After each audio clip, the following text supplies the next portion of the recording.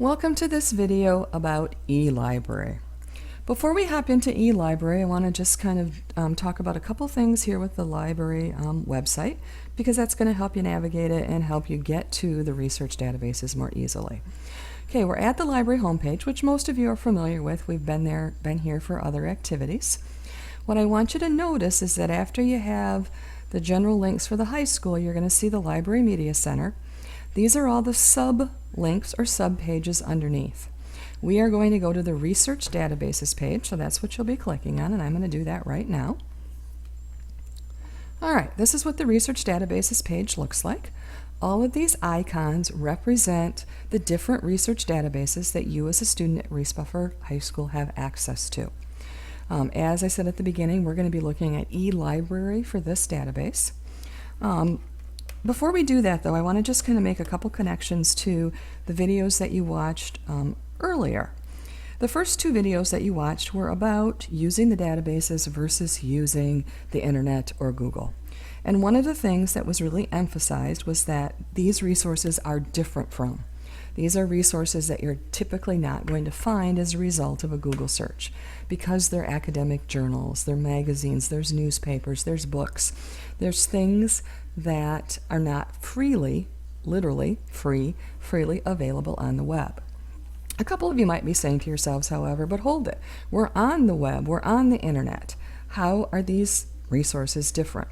One of the ways that I want you to think about it is that, yes, we are on the web, but the web is merely the tool that we're using to get to these resources. All right? The tool we could be using to get to these resources could be to walk out in the library, go to the shelves, and pull off a book. Instead, we're accessing those via the web. So we still think of the resources that we find in the databases as being book resources, academic journal resources, newspaper resources. We're just using the web to get to them. All right? Okay, a couple other things to point out to you here. As you're going to discover in a minute, when I click on eLibrary here, it's going to automatically open. At school, there are no passwords or access codes or anything like that that are necessary to access the research databases. However, when you're at home, you are going to be prompted to enter specific passwords. So if you look down here at the bottom of the screen, there's a heading that says Database Support Materials. The fourth link down says Home Access Passwords, and that's what I'm going to click on. Alright, this document that opens lists out for you all of the databases that you have access to, alright, and their corresponding passwords.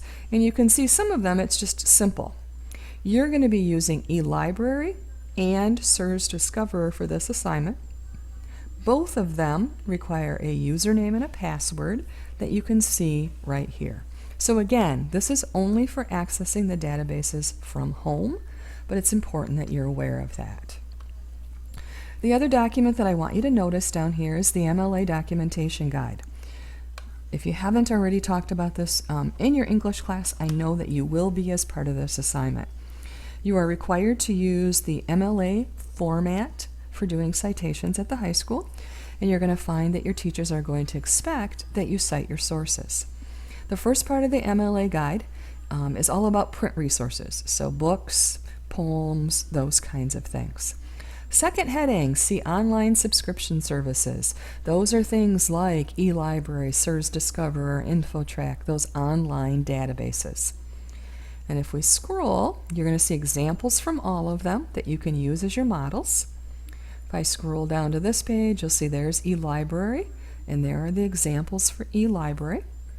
Okay, we also have a lot of examples for internet sources, which are not what you're going to be using for this particular assignment, but you will for other assignments or other classes, so it's important that you're aware of this. If we get out of that, parenthetical documentation, all right, when you have to give credit within your paper from to show where your information's coming. And then we have some common research terms that you'll hear me use or you'll hear your teachers use.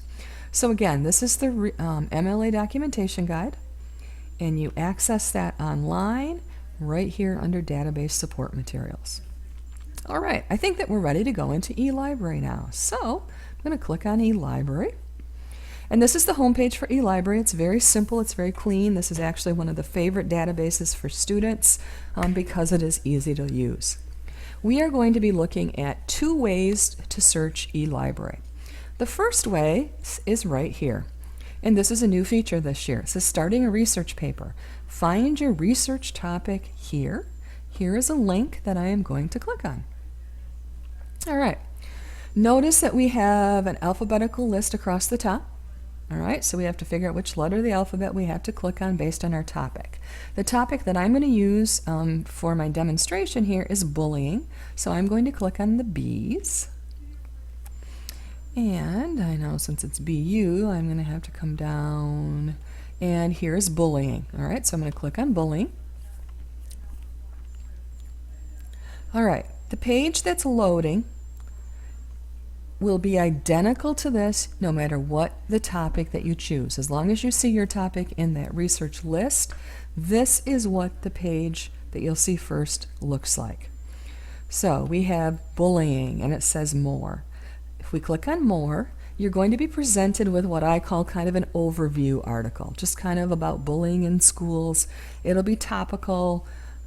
And in this instance, it talks about schools and kids, which is what the focus of your research is supposed to be.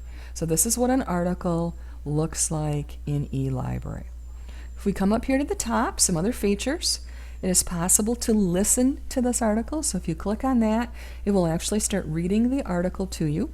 I will tell you that it is kind of a computery voice. It's not horrible, but I just want to give you the heads up on that. It's possible to email the article to yourself. All right, fill in your name, the email address, etc., and it will send you the articles. A lot of students like to do that. If you want to print, okay, it's going to bring you to the print view, and it is necessary to click Control P to actually then bring up the print icon. So I want you to know that, Control P in order to print. All right. So this is the intro article. Let's go back to our results page a second so that you can see what else is here. All right, it's going to divide our results 4 different ways, and those 4 ways are presented down here. So research findings. So bullied kids are hurt long after. Bullying is natural in our genes. I think one of the questions that you have to answer are, what are the causes of bullying? Is it genetic? It looks like that article might talk about that. Or bullying roots traced to home. Is it something environmental? So some research findings. Prevention. All right, again, I think that will fit with one of your research questions. So how do we prevent efforts? And again, notice that you have a variety of resources. We have newspapers, magazines that talk about it. For this one, we have surveys, and when I think of surveys, I think of statistics. All right, so statistics, and those again are things that you need in for your research. Those are the numbers that kind of make bullying real, how many students and children are impacted by it.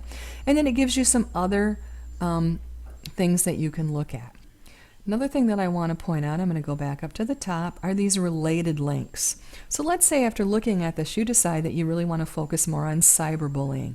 If I click on cyberbullying, I am going to be brought to a list of articles that talk about cyberbullying. And first I got to click on View Results here a minute and hope that this doesn't take too long to load. Yep, see, so it looks very similar to what you were just looking at. So again, this is one way to approach your topic. I'm going to go back to the home page and just quickly review that for you. I open eLibrary.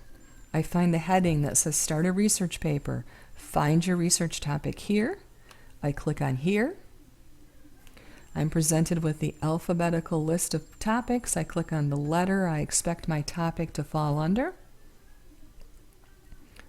Then I look at that list, find my topic, as we did with bullying, and then I am brought into the articles about bullying. All right, so that's one way to search in eLibrary. I want to show you the second way to search in eLibrary. I'm going to go back to the home page. All right, and this time I'm going to click on this link that's very small that says Advanced Search.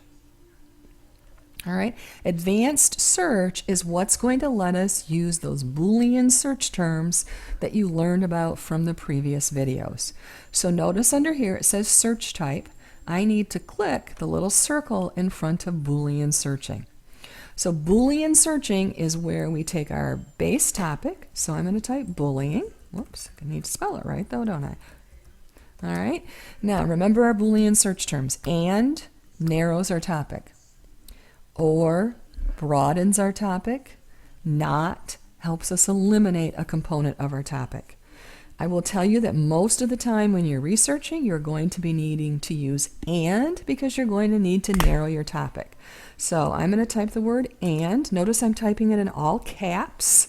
All right, it's important that you do that so that the database doesn't think that you're using and as a conjunction. So I'm going to do bullying and suicide. All right, what is the connection between the two? Maybe I'm looking for some statistics. I'm going to click search on the green advanced search button. All right, my search is going to be conducted and it'll take a couple minutes for it to process all of that. All right, what I want you to notice is that it's showing us 1 of 25 of 250 results. All right, so a lot of information. Another thing I want you to notice are these suggestions: bullying, suicide, suicides from bullying. Probably workplace bullying isn't going to fit with what we're doing. Gay bullying might. All right, so it's going to give you some other suggestions. Another thing that I want you to notice when you search this way, it sorts your results by type. So I can see that there are 35 newspapers. There are 158 magazines. There are 9 books. Okay, those are the things that I'm going to want to focus on. And notice the little icons here tell you what kind of source that it is. I'm going to click on magazines to take a look at my magazine results first. Okay, so parents and teachers should be aware of the signs of bullying. Let's go ahead and click on this article to open it. Okay, and this should look very similar to what we saw once we started looking at articles previously. So we have the article. One thing that I want you to notice is that when you use the advanced search and Boolean searching, your search terms are going to be bold. So I see all the forms of bullying in bold. And if we keep looking, oh, okay, what happened to suicide?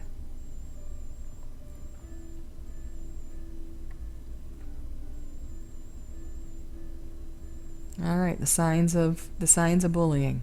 So this article really didn't do what we wanted it to do, guys. Let's take a look at another one here a minute. Addressing the problem of bullying. Let's take a look at this. Okay, so we've got our search terms. There's bullying, okay? So article. Again, you can print, you can email. What I quickly want to go is look at the citation, okay? Here is the citation for this particular article. Now, a couple things for you to note. It says anonymous because there's not an author. It's okay to copy and paste these citations, but you need to know that they are not always correct. It is likely that you are going to have to make changes. So anonymous is not correct. If there's not an author, you start with the title of the article. All right?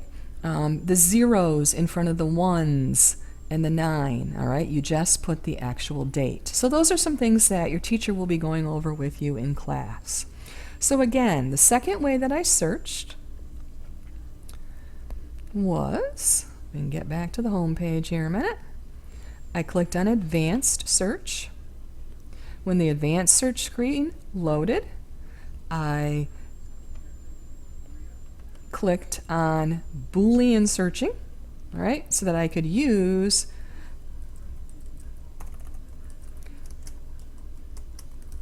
my advanced search features. Then you're into the articles, then you're printing, and you're doing the same things exactly as if you had come at eLibrary with the other search. I hope this has helped you start to think how you can use eLibrary in your research. Thanks.